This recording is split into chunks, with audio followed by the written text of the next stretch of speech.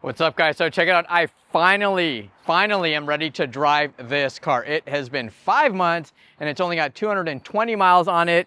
We just got it back from our good buddies at Tint World Fremont. Shout out to Frank. Thank you so much for helping me out.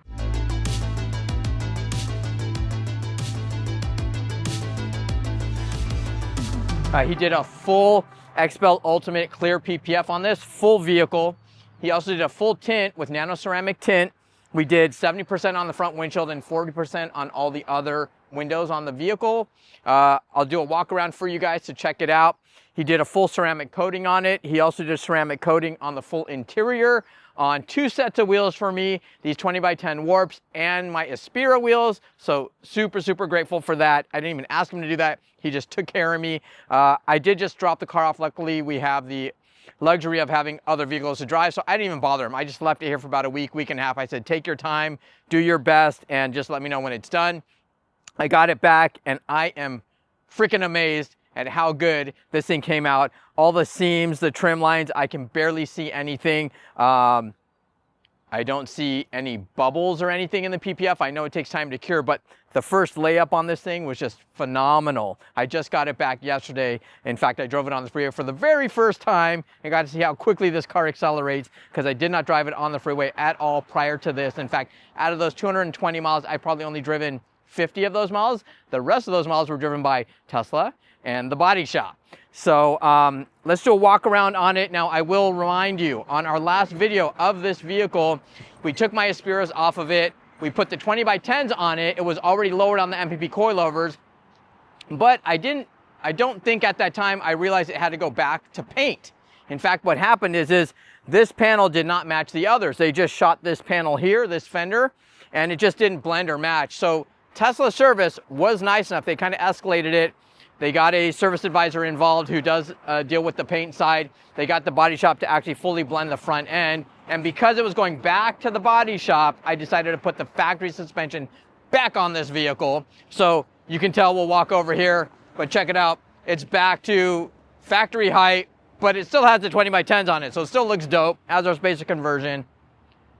We are now gonna hop in. You'll see how close Tint World is to our shop, Tint World Fremont. We're like 2 blocks away. We'll hop in the vehicle. We'll drive you to the shop and we'll show you guys what we're gonna do to one-up this build this time today. So let's do a walk around and let's get out and get back to the shop.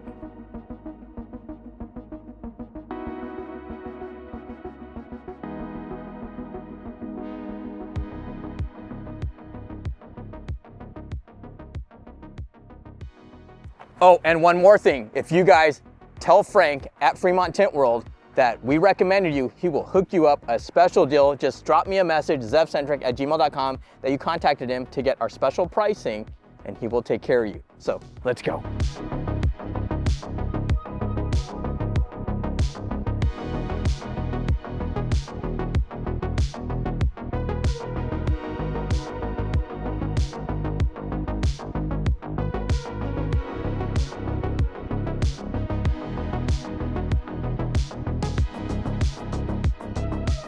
Did you guys see that truck in the background? So we got Beauty over here and we got Beast over here. This is Frank's SEMA build. It was in the American Force booth at SEMA a few years ago, I believe. But this thing is a freaking beast, dude. It's a $250,000 build. He basically redid the whole frame, powder coated it, chrome stuff, polished stuff. It's an insane build. I think it puts out about 1,100 horsepower, even more torque, diesel, sick. Anyways, let's go. All right, let's show you guys how close we are to the shop. Starting to get a handle on how this whole thing works.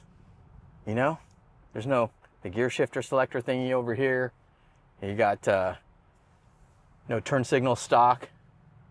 Gotta push the dang buttons on the steering wheel. Weirdest thing ever. But I'm starting to get to it. I'm not doing this thing anymore.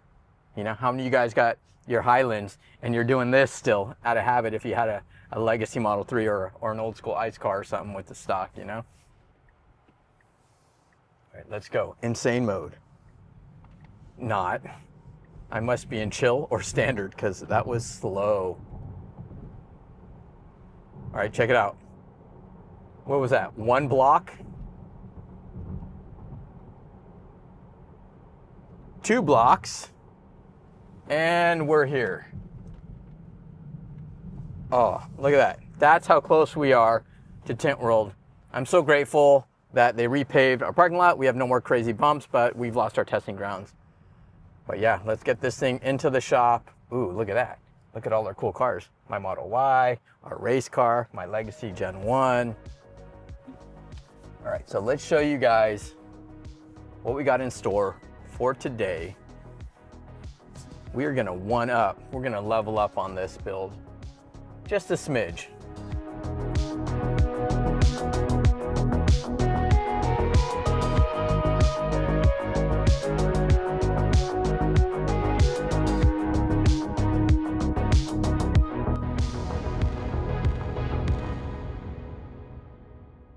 All right, so we're back at the shop and let's get this build going again. I don't even know, what is this?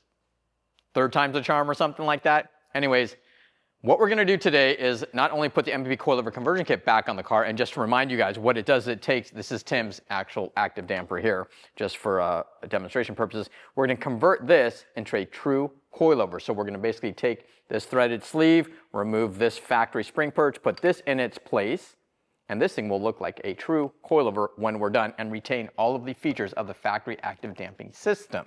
All right, so we're gonna do that. We're gonna get this thing back on the MPP Coilover Conversion Kit, but because my Gen 1 car is now a dedicated track car living on 19x10.5 Aspira Forged AF-10s with currently RE71 RS tires, but let's just say 212 wear track tires for autocross. What we're gonna do is take my street tire 19x10.5s with the Falken 460 all seasons in the 275 square setup, because they're just doing nothing now. And we're gonna put those on this car behind me, my 24 Highland Performance. But in order to get these things to fit, I had to steal Tim's front upper control arms from his Gen 1 Model Y, which they are just preparing to sell because they just picked up a Juniper and they don't need these camber arms anymore. You know, those camber arms, the factory arms are perfectly fine. So I am borrowing, but I mean stealing, his Fukas so that I can put them on this car, throw about half a degree of more negative camber into it so I can get these babies to fit on there.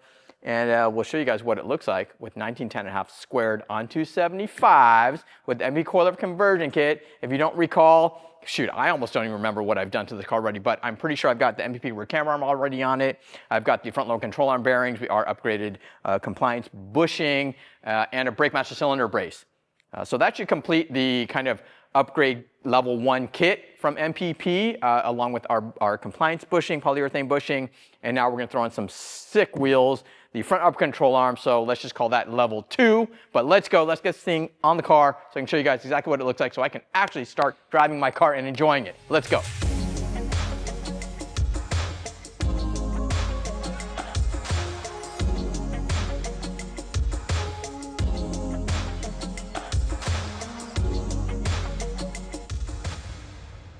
And we are done. I can finally enjoy my car. I'm gonna take it on the freeway for the 2nd time. But just to review what we put on this car today to just level up one more time. Mountain Pass front upper control arms, 19x10.5 Aspira Forged AF-10 satin graphite color. Again, the 275/35/19 Falken 460 all seasons that came off of my Gen 1 car. MPP camera arms in the rear. In the front, MPP lower control arm bearings, our ZEV polyurethane compliance bushing, brake brace. That's about it. It's a real basic, simple build, but it looks beautiful. The fitment is great. We've got just under 2 degrees of camber in the front, about 1.5 in the back. But check out the fitment, walk around the car. Again, guys, thanks for watching. Don't forget to like, subscribe, and share. Hit that notification bell for our future videos. If you guys want any of these products, we'll share links in the description below. But I love it, and I already know how well this thing rides. MPP Coilover Conversion Kit for the win. Converts the factory active dampers to a true coilover. It's amazing. You can adjust the height where you want. I've set it up to it's about a 20mm drop in the front and about a 25mm drop in the rear. I'm not on level surface right now or even ground. It's got a slight slope right now, but you can see you got about a 1 finger gap, 1.5 front and back. But yeah. Super excited to finally get to drive my car after 5 months. I'm gonna enjoy it. Hopefully I'll hit 1,000 miles by the end of the month. It's only got 220 miles right now. But thanks guys, check it out, enjoy the build.